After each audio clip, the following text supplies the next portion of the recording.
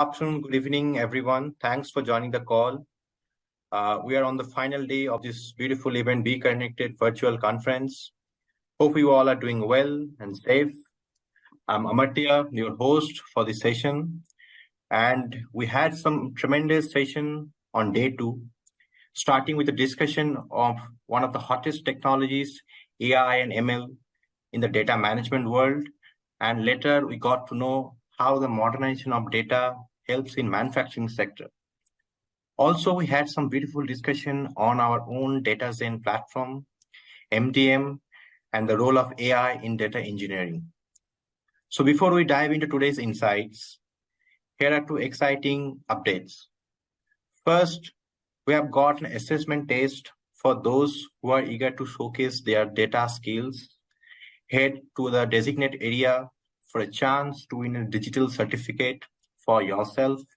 And secondly, we are going to have raffle for some sessions, and we got some amazing giveaways waiting for lucky winners. So today I have Mr. Dharmaraj, who is bringing forth a wealth expertise spanning over 24 years in IT. And Dharmaraj possesses a profound understanding of some technologies like Spring, Spring Boot, Hibernate, REST, JNI, JMS, RDMS, NoSQL database, and the expanse of big data technologies such as Hadoop, Spark, and Impala.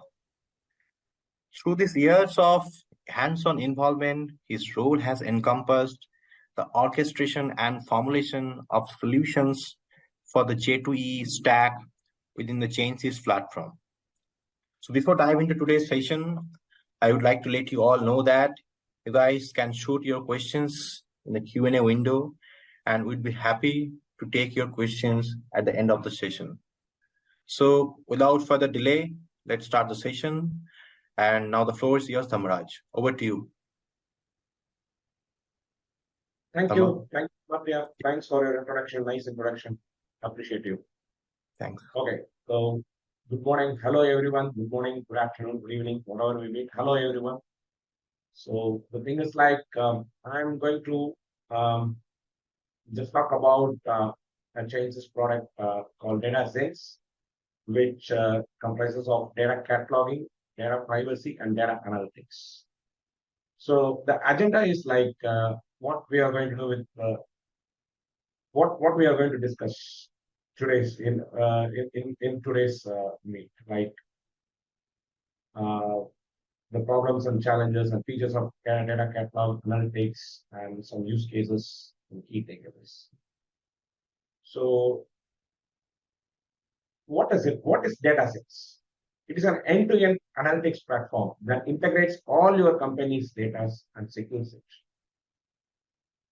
It's like, see, generally we as a Genesys platform stack, we mainly focus on the data management.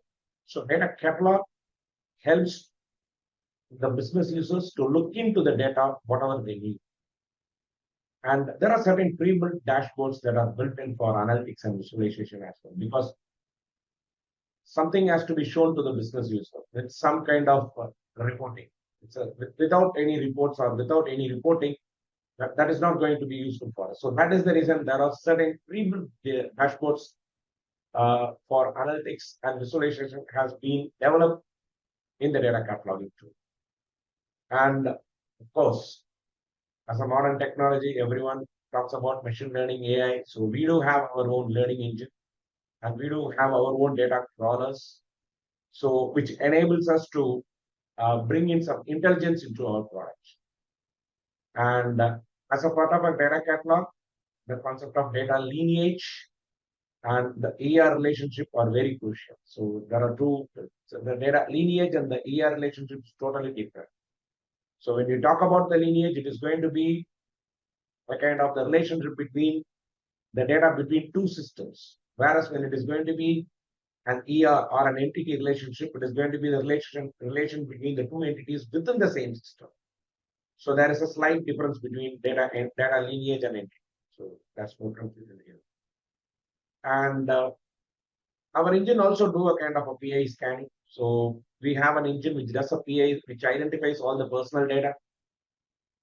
And based on the guidance, based on the compliance, whatever the compliance like GDPR, CCPA, any kind of compliance, what you can do is you can do a configuration on the tool, and you can do a kind of a remediation activities based on the compliance. So it's all loosely coupled. Like any kind of a compliance, you can just do the configuration, scan the PI data, and do the needed remediation activities.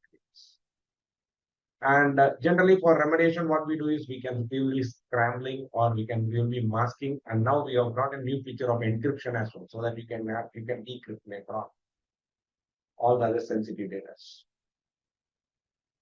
And finally, the data governance is playing a very important role in our tool here, because without governance in the business, the data is going to be it's open to everyone, and there is no control over the data. So unless you implement some kind of a governance, your data is not secure. So coming on to the problems and challenges. Okay, we are talking about dataZense tool, and particularly we are focusing on data catalog and data analytics. So what is it used for? Why it is used for? What is going to serve? What purpose it is going to serve the users? So it's like there are certain problems and challenges. To overcome all these problems and challenges, we are going to go with our dataZense tool here. So first thing is the data is visible to everyone. The data should be visible to appropriate person. It's not to be not to everyone, to the appropriate person. Like the user should be knowing where the data lives and what is the metadata information. So what type of data it is. So what are the constraints that are available in that particular data? So is there any kind of a length limitation, or it is a number, whatever may be given. So all kind of information is to be visible to the appropriate user, not to everyone, to the appropriate user. And then once you are looking into the data, you should understand the data. So there is no need, there is no meaning if you're looking at the data and you're not able to understand it. So there should be some provisioning. There should be some kind of an information that has to be enabled into the system or displayed by the system, so that the user understands the data and what the data is. It can be achieved through business glossary. Business glossary plays a very important role here.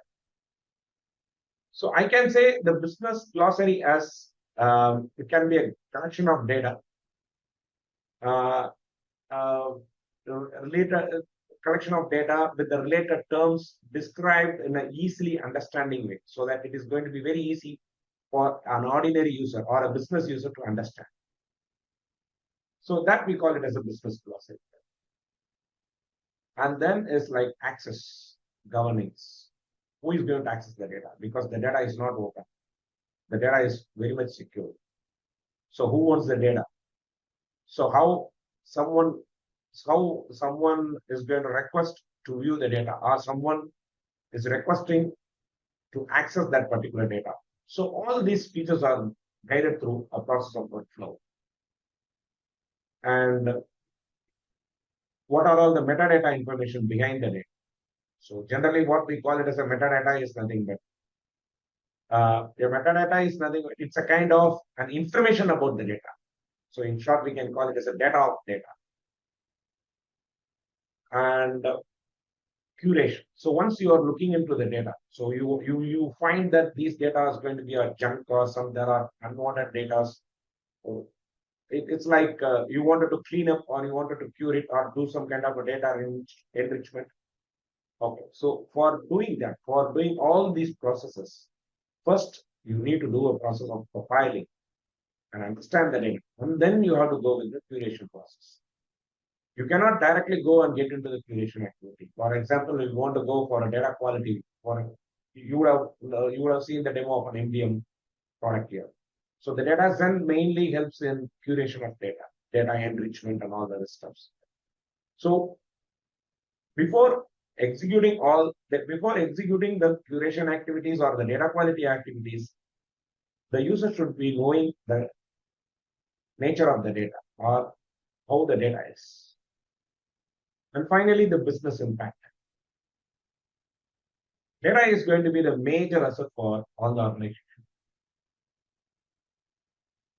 The whenever your data is not secured, or whenever your data is not proper, or whenever there is a data lying here and there, that is going to cost the organization more. It is going to be like it's a painful activity, because there will be some important data that will be lying here and there, and you won't be able to organize whenever it is needed, and there won't be any provision to directly go and look into the data, and you don't have any kind of time, or you don't have any kind of leverage to do all to maintain all those data. So that is going to give you a high stake of impact. So it's going to cost you more for maintaining, or for storing, or for safeguarding those data.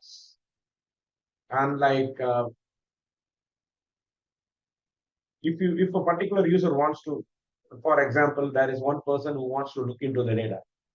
So now when you're having all this information in handy, so what happens is the user directly goes into by himself, have a look at the data, and if he wants that data, if he wants full access to those data, he can directly go up to the, or request the privileges from the data owner, and he can directly drive it. So rather go here and there, searching for the owners, this, that, everything is automated. And generally, finally, any kind of business challenges, any kind of business, it is going to give you a free control, or it's going to give you a kind of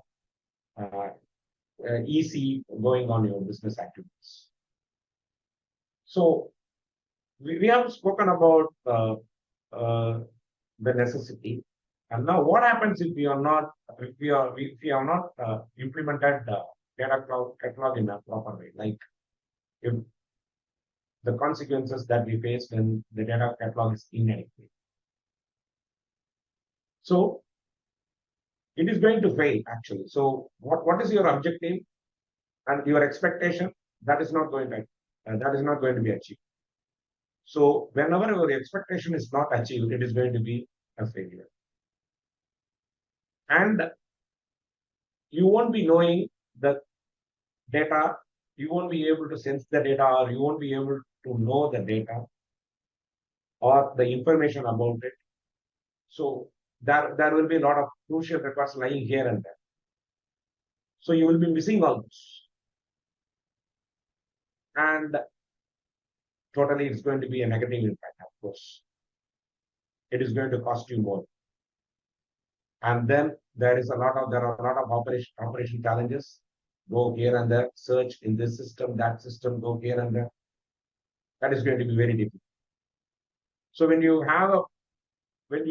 do a cataloging on all those systems, it's going to be a kind of a metadata management tool where all your informations are gathered and stored in the central repository. It's a kind of, as the name indicates, catalog. It is going to give you all the information in a single area, in a single repository. So what are the features? I'm talking about the data catalog. What are the features? I can say like a simple thing. If I need to define what is data catalog here, I can define in two ways. One is like, it's going to be the collection of metadata that enables the user to find very easily, or he can search in a fast manner. And the second thing what I can define is like, it is a tool which is needed to look into the data whenever it is needed. So of course, both the terminologies resemble the same. The thing is like, this tool is very much important, or the tool is very much important in gathering the data and providing it to the user then and there when it is needed. So when the data is needed, it should be very easy for a user to directly go and access it. But during the time of necessity, if he is not able to find the data, there is going to be a huge loss in an organization. So how we are going to do it? What are the various features that are available in data catalog? So the data catalog directly can access on an RDBMS, a cloud endpoint, or an unstructured data endpoint. So there are three types of systems. So if it is going to be a general RDBMS, it is going to be a database system. So we can just plug in the catalog, we can just configure the catalog to look into that particular schema or particular database and start doing the profiling. And the second thing is the cloud. So cloud, we won't be having a direct database access except Amazon Aurora DB or Snowflake. So apart from these two, Oracle Fusion or Salesforce, no, they don't give any direct access to the databases. So what we do is in that particular cases, we write a data object and try to pull in all the information, all the data from for that particular object and do the processing in our staging. So that is the kind of activity we do. And if it is going to be a Snowflake or Aurora, we have a direct connection. You can just directly connect it to the system and you can play around. And the next thing is an unstructured data, which is booming right now. Is like there are certain set of files uh, uh, uh, like CSV, Excel, PDF, ORC, and Pocket. So these set of files can be read by our system. It can be read from our system. And what happens is we do a kind of a profiling activity on those data and convert that unstructured data into a structured one if needed. That is going to be optional. For example, you have a table. You have a table in a PDF. You want to do an extraction on the data on that particular table. You can do an extraction.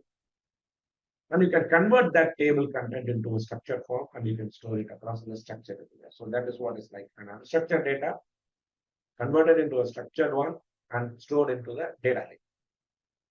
Any data. It can be Databricks or it can be even Snowflake or whatever. Any RDBMS as well. So what we are achieving in data catalog is like there are two processes that happens in data catalog. One is an automatic and another is a manual process. As I said to you already, I'll just connect the dataZense tool to a particular system and configure a profile and then start executing the profile. What happens is, okay, I have configured a profile and I have started execution. What I'm going to get? The first thing is the metadata information. So it's going to be generally descriptive information. The descriptive information is like something like the type of the entity. So it's going to be the size of the table, and it is going to give you the information on the owner and all the other metadata informations and the columns that are available in that particular entity and type of the columns, constraints, and the references. All the metadata informations can be pulled out. So when you look into a table, all the information about the table, even including the size and the owner, everything is pulled out as metadata information and it's stored in our repository. So we have a separate metadata management repository as well, and we do a kind of all the storage activity. We are not storing data here. Please remember, we are not storing any data.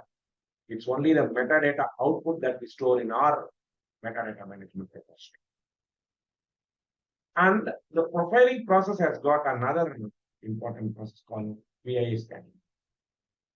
So it's an option. If the user wants to scan or look into the personal data, he can enable that option and start executing. So when he tries to execute the data, when he tries to scan for the PIA data, all the personal informations are captured. And we are giving a provision for the user to configure its own rules as well. So based on the rules, based on the formats, the user can configure the tool and then do the scanning And based on the rules and the format, whatever condition that is satisfies, it automatically it categorizes into the appropriate personal information. So this is an option. So our own engine, AI engine does all kind of PI activity. Apart from that, if you want to do a kind of a specific format related searches, as an example, like an Aadhaar card, you want to do some kind of a rule on that. This many number of words or this many number of total length should be this, that, all these things can be put up. And okay, once I did the scanning, so what I'm going to do with it? So whether should I need to remediate that or should leave it as such? So those kind of configurations, the workflow configurations are available in PA's remediation process as well. So there are multiple process of remediation, like you can do a process of scramble or you can notify it to the user and you can get his concern whether to keep it or whether you want to do a kind of an masking or whether you want to do a kind of an encryption, whatever it may be. It's all depends upon the user's concern. So there is a separate workflow which is going to drive all this kind of remediation. And the third thing is the data searches, which is very, very, very important because this is the crucial part of data catalog. Because any user, if he wants to come and search for a data, he can do it from here. So if he wants to look, for example, he's searching for some kind of a employee name or some critical value. He's entering a critical value and doing a data search. It is going to give, the data search is going to give an out like this particular value or this particular search word or the keyword is available in all these following systems, and it's available in this particular entity and in this particular column. Provided all the system has to be profiled before. That is going to be the prerequisites. You should have cataloged it. So once you have done that, what happens is all your data will be indexed and you can do a search. This is going to satisfy the business user. So he is going to get the data when he needs it. He is not going to drive here and there, go there, here, where it is, this, that, nothing. No search is going to be available. He is just going to do a search and he is going to find the location where all these data are available, where this particular keyword is available in which sources. And the last thing is the lineage. So this is very important actually. Lineage is nothing but, as I said already, it is going to be the relationship between the data between two different systems. There are various scenarios, like in many organizations, what do is like they acquire a lot of queries and they try to move the needed data from the existing system to their new system. So in those cases, what happens is if they want to shell the old system, they will be running the lineage and ensuring that, okay, the important data, whether it has been moved out. So all for that is going to give you, it's like that's going to give you a major, major advantage in minimizing your time. So you're not going to go manually go search here and there, nothing. It's not at all needed. Just do a lineage, run it, and the relationship is established automatically. So these are all the automatic processes that are available in data catalog. Of course, there are manual processes also available. One is the business glossary, another is data specific or the governance part. So the business glossary, as I said you already, it's going to be the related terms which everyone can understand. It's a simple related terms which everyone can understand in an organization. So for example, I'm having an entity. I would like to give some additional information about an entity. An entity, I mean the table. So the business user can just go have a look at it and he can just have a description. Okay, he understands. Okay, this table is for this particular process. And the data glossary can be achieved even in the column level. So each and every column can be provided with some kind of a glossary. So the glossary information that we capture is totally unusable. It's a kind of a template. We cannot determine the factors for capturing. Like the factors depends or varies between different verticals.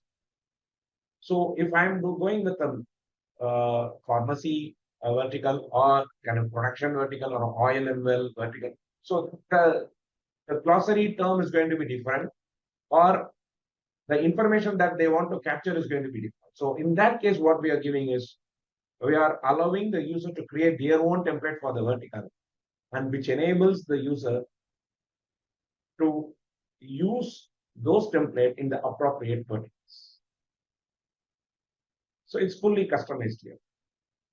And the process of data citizen is nothing but the collaboration activity. There are certain cases almost when you determine the lineage, what happens is we can show you all the possible outcomes. So I'm not saying that it is going to be 100% true or it is going to be like perfect. There will be lot of possible outcomes will be available in the outcome. So the corresponding users or the business users has to do a collaborated activity, and then there is one person who is going to approve. Okay, this is this fact. Then it is going to be finalized, and that is going to be considered as the confirmed lineage definition.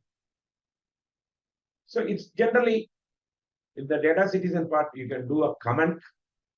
You can do a comment on any kind of data or any kind of entity, on any kind of objects, and you can do the process of tagging as well. So every object, a table or a column or a profile, whatever it may be, you can do the process of tagging. So what does a tagging does is like based on your business area. Like you can tag based on subject area, conceptual area, and the entity and attributes. So all this on those aspects, you can do the tagging. So tagging is actually generally a very important for all the business users. The second thing is like the another important crucial feature is like converting the unstructured to structured conversion. So as I spoke to you already, it's like the unstructured solution are generally they are going to be files. So they can reside in any store systems.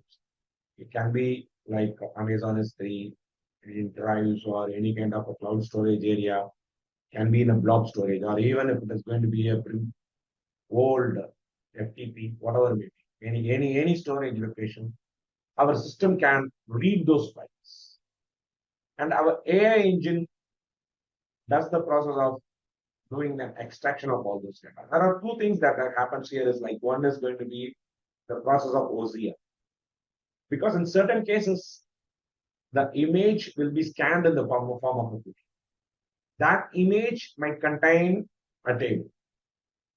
So at that time, our OCR engine will play a vital role here. And then we will have another API to overlook on that and then extract the contents of the table alone and do the process of conversion. Again, it is not going to be 100% perfect, and that is going to show you all the possible outcomes. And almost our AI engine will match almost 70 to 80% of the matches, and balance your part of QC activity has to be done, and then you can do a final output. And once that is approved, the data that is in the unstructured format is converted into a structured format and stored into the database, or it can in the data lake. I can say in data lake. So like PDF, XLS, or Parquet, anything is possible. So how the AI engine works is like there are two ways. One is automated search and another is manual search. So automated search is nothing but we use a Gen AI engine, generative AI engine, where we format a set of questionnaires and try to pull in the value for those questions from the PDF content, automatically store it in the appropriate columns. So if I need to pull in some 10 data from the PDF and store it in a table with 10 columns. So there will be a question defined for each and every column. So I do an extraction. My generative AI engine executes all the 10 questions, pulls up appropriate values, and stores in the appropriate columns in the data. So this is going to be an automated engine. And the second thing is manual search. So manual search is nothing but you have to do it a little bit manually. So it's kind of you will have the preview window and go there, do a search. It's kind of how we do is like control F, doing search, this, that. That is going to be a manual activity. So this is also possible. And then finally, we will be doing the loading process. And in both the cases, the QC and the approver plays a vital role here in pushing the data to the data. Okay, so coming on to the next important thing is like data analytics. So in the dataZense, we have the second part is going to be the data analytics. So as I spoke to you already, as I told you already, it's like we have a system and there should be a report that has to come out of it. If there is no report or if there is no dashboard, no one knows what has happened. So there should be some output that has to come. So all those kind of dashboardings and all those dashboardings, reportings are done in the data analytics tool. Apart from that, we are providing with some kind of a descriptive analytics part with added little bit of predictions as well, and time series and forecasting. All these features are available in the data analytics tool. So here, once again, all the endpoints can be an OLTP endpoint. Mainly, it's going to be OLTP. It's like pulling in all the data through our dataZap tool. So dataZap is our powerful tool in migration and integration. So everywhere, wherever, whenever we are building a data lake or an EDM system, dataZap plays a vital role here. So through dataZap, we will try to pull in all the required data from the OLTP system and store it in the data lake. And then it can be designed in the form of a star schema or a snowflake schema. Do all kind of designing and dump the data into the data lake. So it can happen like if it is going to be EDM system, it is going to be like incoming, bronze, silver, and gold. So there will be certain set of stages. The data will be moved, and from the gold, we can directly take the report. Since gold is going to be actually the required table wherein we perform all the analytical activities on that particular table using our visualization tool. We call that as a golden records. It's all denormalized data that is available in the gold area. So whenever we are moving from incoming, bronze, silver, all kind of conversion activities and all the required kind of transformation, everything will be done at the time of the stage movement. The golden record is available in the gold schema for analytics. So this is going to be the flow in the data analytics tool. So that I'll be running a video on the data cataloging demo. The demo use case is like we will be pulling in data from Salesforce, Amazon, Aurora to dataZap and ingesting it.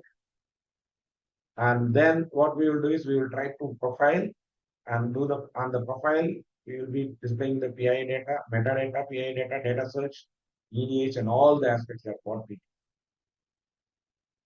Whatever that we have spoken, all this will be available in that, I can show you.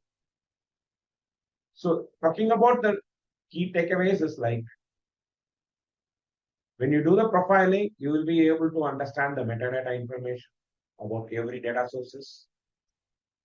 And it is going to give you a clear statistics, patterns and probables of the data. And any kind of action to be taken to enrich the quality, or it is good to go on whatever may be. And data set relationship between the two data sets. It can be between the two different sources as well. We talk about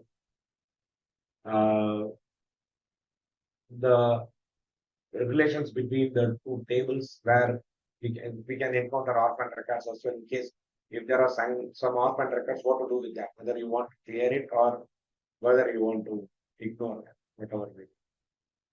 It's all under the user's discretion. So third thing is the metadata management, where we have centralized repositories to manage all the metadata information. And with this particular metadata information, we can try to build an enterprise data EDM. So we will be knowing about the properties of all the attributes or properties of all the columns of the tables, and with which we can try to build an EDMs. Of course, business glossary that is going to help the business user, which is going to give a clear information, like easily understandable information for all the business users. Lineage, the relationship between the data movement, how it's going to be the visual representation, how the data has moved from which system to which system. And data governance is pretty important here. So without governance, the data is not secure. So for regulating all the sensitive data and the privileged data, what we do is we are going with the governance activities to secure all the data that are lying inside the system, and the access is enabled to the person, to the appropriate person who deserves to look into the data or to manipulate the data. Data citizen is the collaboration activity. So this is fully, it's fully done by the business users, not by the IT people here. Because business people know their business very well, and they know about the data. So that is the reason this collaboration is fully done by the business users. And the main thing is they are aware of their data sets. That is the main. And file processing and conversion is like we spoke about unstructured to structured conversion, which is current. We are focusing mainly on this currently. Like we can just do a kind of semi-structured data, converting a semi-structured or totally unstructured data, and try to convert into a structural one and store it in the data. This is very useful for data tracking and accountability as well. So coming on to the data analytics, what are the key takeaways? Like multi-source support. So it can be a regular RDBMS or a cloud system or a file system. The file system is going to be generally a CSV or Excel, any table data structure. And we have got some templated approach for some business organizations, like if they want to build a customer 360 dashboard or supplier 360, product 360. So those dashboard templates are readily available. So we can just do a kind of a plug and play, and we try to load the data into those tables into the data lake. Because all the customer 360 or all the tables for those templates are already predefined. We need to just move the data and then start working on the reports. It's only the time for migration alone or building the data model alone that is going to take. Loading the data into the data. That is the time that's going to take, and rest everything is the same. Do the clicking, run the reports or the dashboards. So we have an interactive response which generally. So it's a powerful analytical engine general.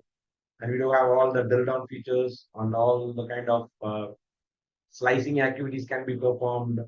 And you can do on the file filtration as well. On the file, you can do the filtration and do an export.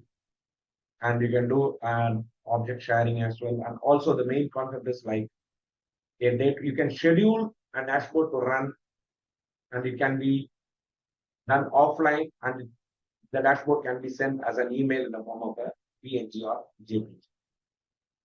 So every night, if you want to, you can configure the dashboard so that the dashboard executes internally and converts the dashboard into PDF or PNG, and then send it across to the So that is also possible here.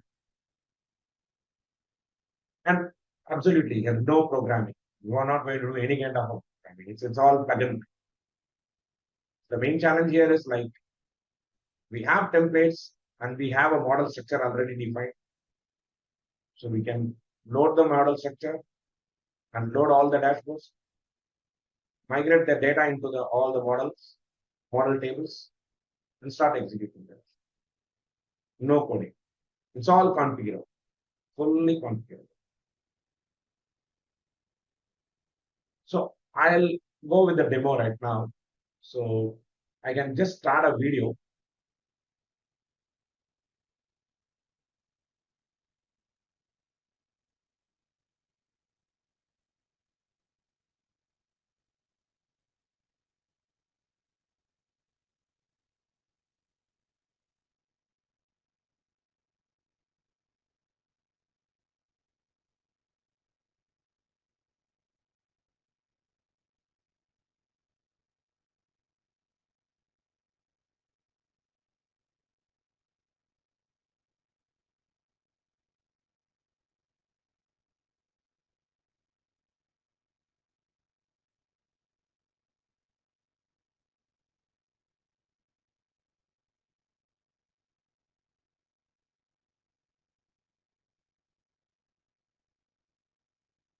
Yeah, just give me a minute. I'll just share this.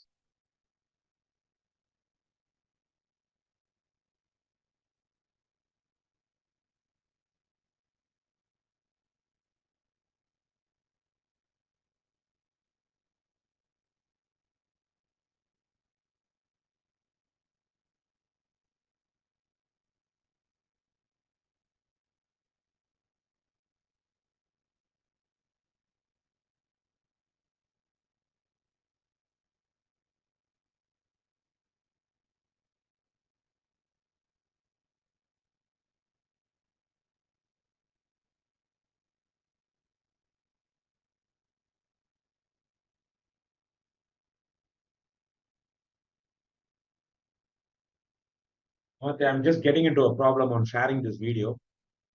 Okay. So let me do a. Sure.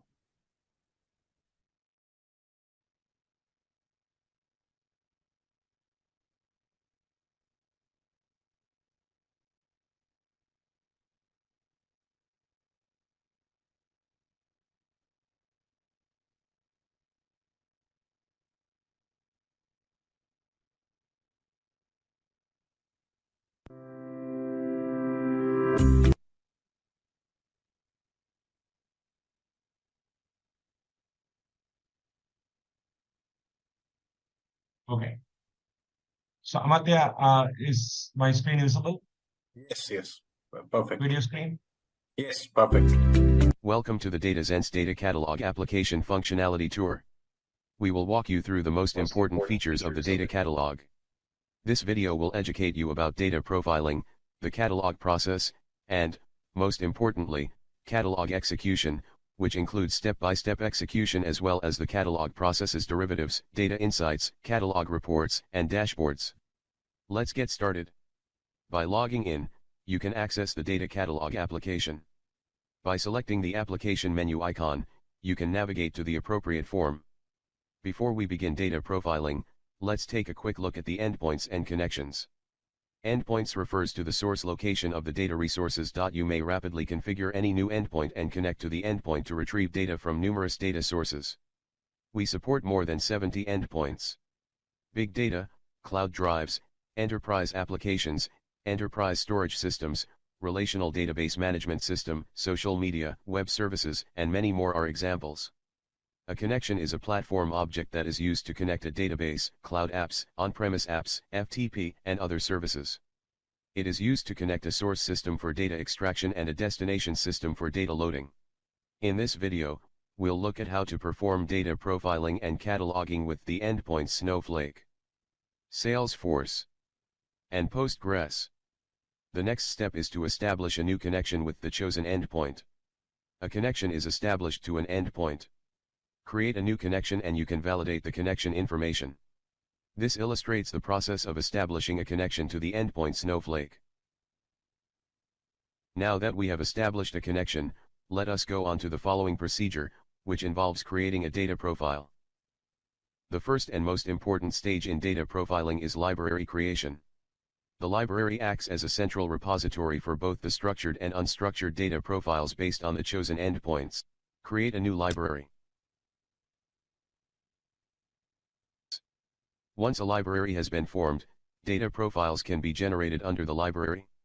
Select the entity types, schema, and connection to finish the library process. To scan and obtain the data from the selected connection, synchronize the library. The datasets made available for data profiling once the library sync process is finished. Create a new profile against the library.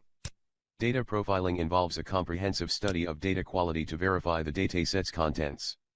A cluster of 2 or more entities or files, both structured and unstructured data, are taken into account during profiling. Data profiling gives you information about the data that is present in the particular schema under the chosen endpoint, enabling you to apply filters to choose the necessary tables and columns. Similarly, you can add many tables to a single profile. Data profiling can be performed for single or multiple tables. The Select Column option can be found here. What can I do with each feature? You can record changes to the data in your sources by turning on the CDC option. It is employed to display updated data, even in incremental mode, and to refresh the data in the table. Data entry into the indexing server is accomplished with the Enable Indexed option. To see both unique and non-unique lineage entries, select the Lineage option. Saving this final step completes the data profiling process. Moving on to next process, which is the creation of the data catalog. To offer you a quick overview, data cataloging is the process of identifying technical and business metadata using keywords, indexes, patterns, tags, and other methods. The most important aspect of a data catalog is the lineage, which aids in understanding data flow and entity relationships. You can create a new catalog from the catalog page. You can choose the structured catalog first. The profiles that were created can be found here. Catalogs can be built with a single profile or multiple profiles. Choose the required profiles. Save and execute the catalog. The most vital and significant procedure is the one that follows. Using table profiling, the cataloging procedure is carried out step by step. Every execution has user input fields and the user can choose which options to employ. First, the table profiling is initiated. Table profiling is the process of summarizing the entity details by fetching the data from the entity and providing quality data insights such as PII identification, data type patterns, statistical information, and entity relations. It also includes the process of rule validation. A summary of the outcomes is shown to the user once each execution is finished, allowing them to proceed to the next one. The next process, the processing, is essential about making sure that entities are accurately identified and linked across different data sources, leading to a more coherent and useful catalog of information.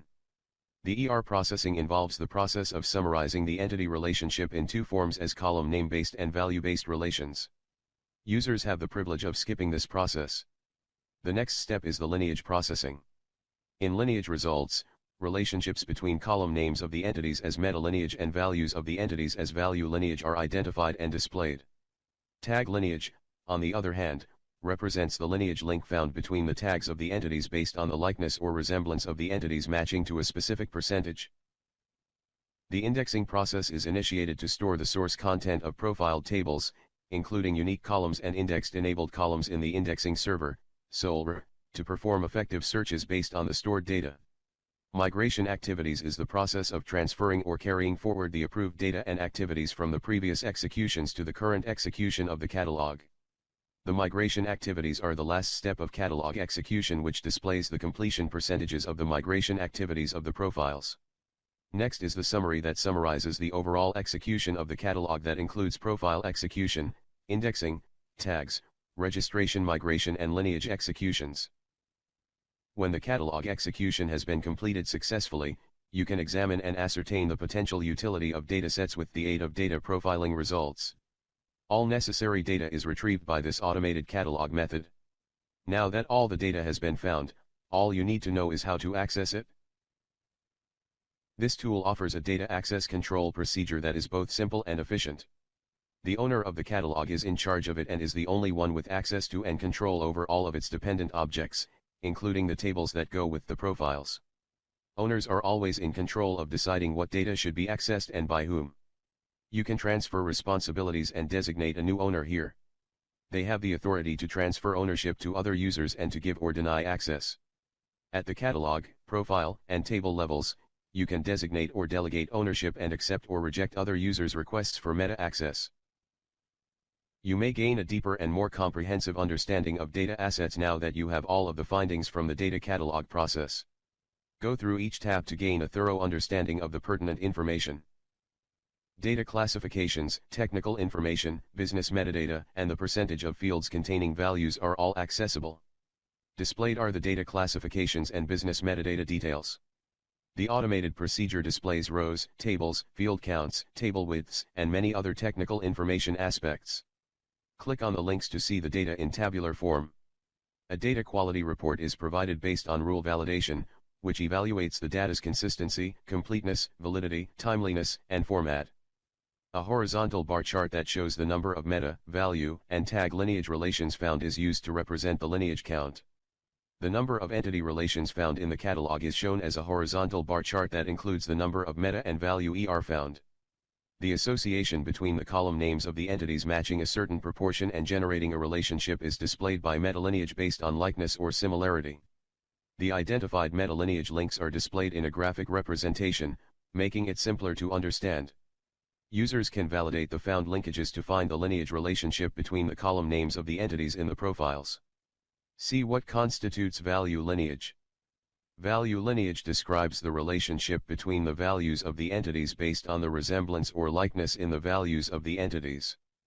An illustration in the form of a graphic depiction helps make the identified value lineage relationship easier to comprehend. Fields exposes all detail about the entity, including its unique fields, PII, reference, primary fields, unique composite, and many more. Details option gives you additional information about a specific field. Through the meta users can understand the relations based on column names that are found according to the identification method that they have chosen.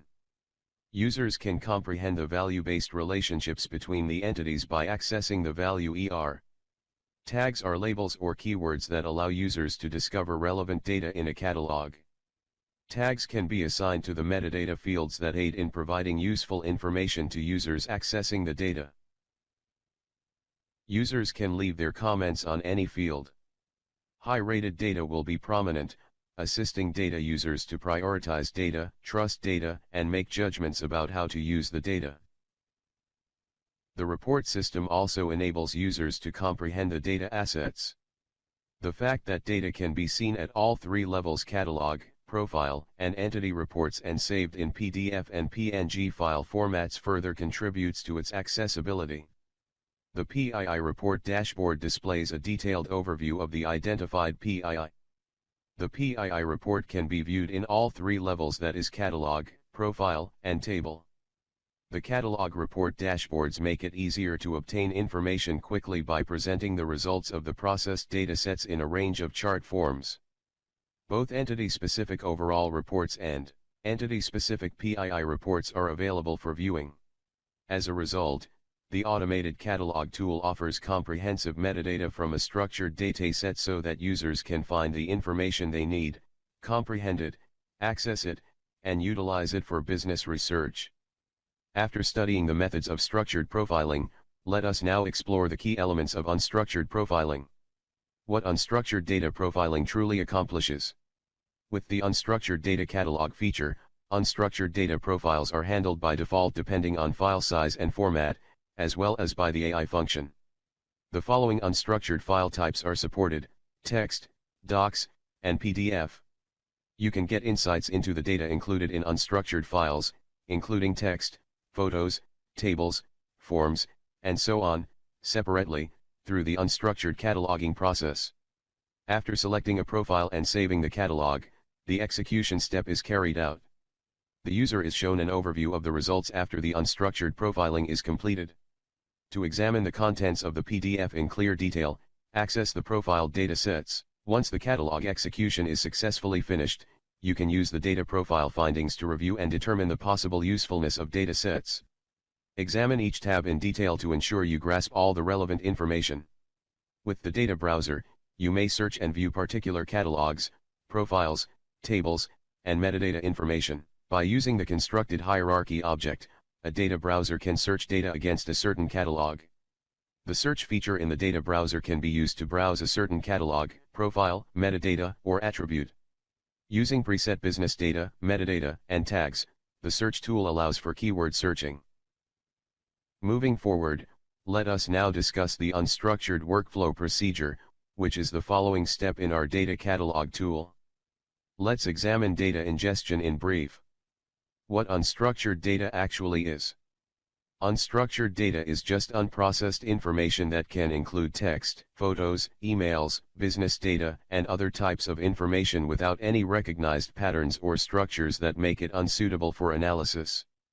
Data will be stored in rows and columns in a structured format during an unstructured to structured data conversion. This format is user-friendly and offers a clear comprehension of the data, which enhances business choice-making and analysis. Our attribute master is where an unstructured workflow process assists in analyzing the concepts of the data, creating attributes like subject and conceptual details, and selecting the source and target columns for mapping. The unstructured scanned PDF should be analyzed, and the attributes should be identified to map it with the respective source column tables. These attributes are chosen in the attribute analyzer during unstructured workflow creation for data lake mapping. Enter the domain name, subject area, conceptual area to complete the attribute creation process. Now we will move on to the primary configuration, the workflow configuration. From a source connection FTP, Azure Cloud Storage, and Google Drive, raw data in PDF format is extracted using AI. The attributes are then formed, mapped with the pertinent columns in the target table, and loaded into the chosen target sources, including Databricks, Oracle, and PostgreSQL. The new workflow setup entails a 5-step, step-by-step procedure. Records generic workflow information, such as the sprint name and background details explaining the goals and rationale of the workflow procedure. Under Files input, the rules or configurations related to data storage, as well as the location and method of data storage, can all be specified in the storage settings. Choose files for the workflow by uploading them manually or by selecting them from an existing storage place. Users can choose among predefined migration flows, as indicated by the migration flow field. Files can be in several forms, including documents, PDF, docs, and spreadsheet files, Excel. Choose the required options to process the Excel file. The sheet selection features can be used to customize the sheet selection type in workflow while using an Excel file. The following step is to choose the attribute analyzer. Attribute analyzers are frequently utilized to obtain understanding of the composition and caliber of data sets. These qualities are connected to a certain parent domain. As they inherit qualities from their parent domain, data lake mapping describes the process of specifying how different types of data will be consumed, stored, arranged, and made accessible inside a data lake. In order to enable effective data retrieval and analysis, the mapping process includes defining how data should be organized, tagged, and categorized in the data lake. Create a metadata management plan to collect and archive the ingested data's metadata. Procedure for data mapping within a data lake, wherein the content classification scheme and file attribute mapping are specified. Tables in the target connection are mapped to specific columns in the source data. The material in the table is categorized into several sorts, such as text, photos, and so on, based on the file attribute mapping. The kind of data that is present in the files is probably the basis for this classification. Notifications can be set up for several kinds of events.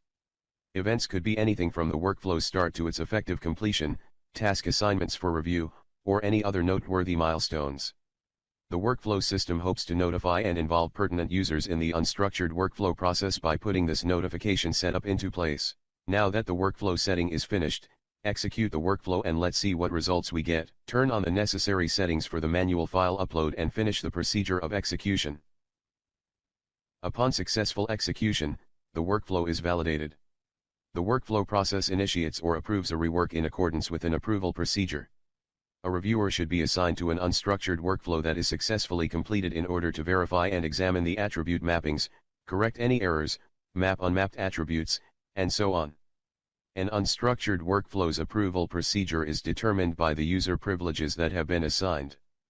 Based on the mail specifications, an automated notification is sent to the relevant users to inform and carry out their task. Using the tools on the Summary tab of the Unstructured Workflow Analyzer page, reviewer can also alter the tables that were processed from the source file. Throughout the review process, it is confirmed whether the attributes are mapped to the columns of the target tables and whether all of the tables from the source files are processed correctly, with no errors or mismapping. When the unstructured workflow has been reviewed and approved, it will be sent back to the user for revisions if the approver determines that changes need to be made. Authorized users can approve the unstructured workflow. The unstructured process will be evaluated before being submitted for approval. If the approver determines that modifications are still necessary, the workflow will be returned to the user for additional work. After the evaluation is over, approver can only view, approve, or send it for further rework with added notes. After the revisions are completed, the unstructured workflow is resubmitted for approval. The final step of workflow approval can be verified and completed by the approver. The unstructured data is transformed and fed into the target connection in a structured format after the clearance procedure is successfully finished. Visit the Data Ingestion Summary page to see the summary details and obtain a more thorough overview of the completed process. We have the multi-file workflow in addition to the standard workflow method. What steps are involved in the workflow process of multi-file extraction? Tracking the data from PDF files is done using the multi-file extraction workflow procedure. Validating the data and tracking it for proof of subsequent processing and business analysis are vital components of the evaluation of the multi-file extraction workflow. Go to the multi-file extraction workflow by selecting it from the menu. A new workflow setup for multiple file extraction is required in the first phase. Let's examine the procedures that go into the configurations. The name of the sprint and other details outlining the objectives and operation of the workflow process are stored under Information. The location of the storage, its kind, and any related parameters or policies can all be specified in the storage settings. Storage location and manual file upload are the possibilities for the source input. This implies that customers will have the option of manually uploading files for the procedure or choosing data from an already existent storage location. Using labeling, classification, and structure, the data lake's content is intended to be efficiently retrieved and studied.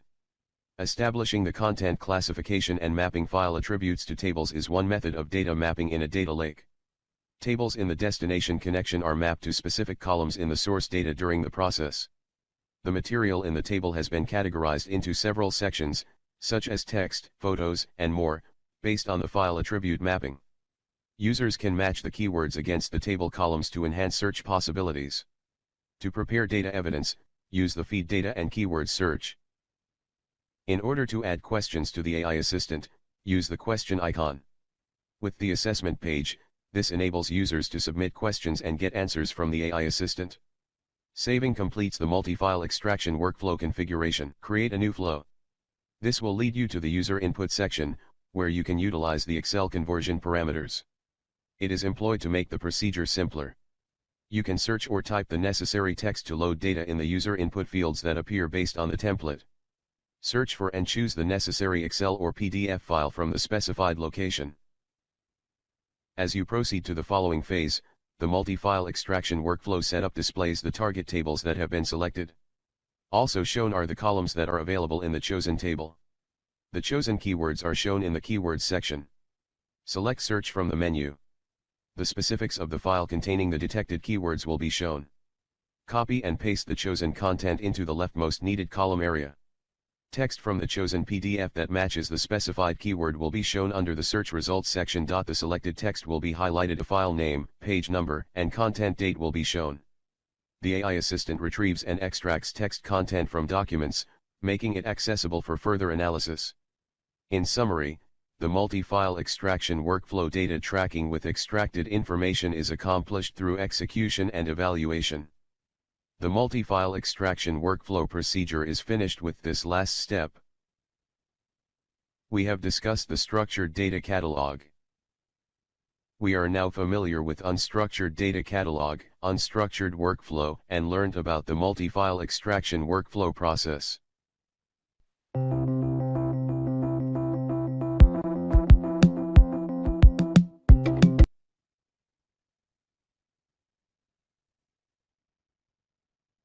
So, hope we are done with the demo. And shall we start with QA session, Amartya? Yes. So thank you so much, Sarma, for this insightful session. I think we got some amazing insights about dataZense and how it works, especially the data cataloging and data analytics. And we got a couple of questions from the audience. So the first question we got is, how is it possible to substitute the predefined rules with custom rules during the execution of the profile? Can you share some thoughts on this? Yes, we can. Just override with whatever rules that are already predefined into the system. We are giving a provision to the user so that he can define a customized rule, so that this rule overrides all the predefined rules into the system. That can be solved. Okay. So the second question is it feasible to extract data from an image to facilitate a structural conversation? If you could. Yes, there are two things like if it is going to be a generalized content, the OCR tool is going to just pull in the raw data alone. But if there are some kind of format, like you have a table or you have some kind of a structured data as an image, it is very easy for us to extract the content from an image. Whereas if there is an image on which there are some kind of characters overlay, that is going to come out as a gem. That is quite difficult for us to pass. But any data, any sample format which is scanned in the form of a PDF will go good for passing. Okay. Interesting. So the next question is, can we build a lineage information based on tag data? Yes, we can. The thing is like tag data is once again, it's a kind of your grouping based upon the business content. So it's like you're grouping based on subject area, conceptual area, based on the module wise. So it is quite possible. So our engine also try to look into the comparisons between the tag definitions as well. So we will be using the tag definitions to compare the two columns and say that, okay, this column is matching with this. So there is a relation between these two. It is possible. So that can be also done.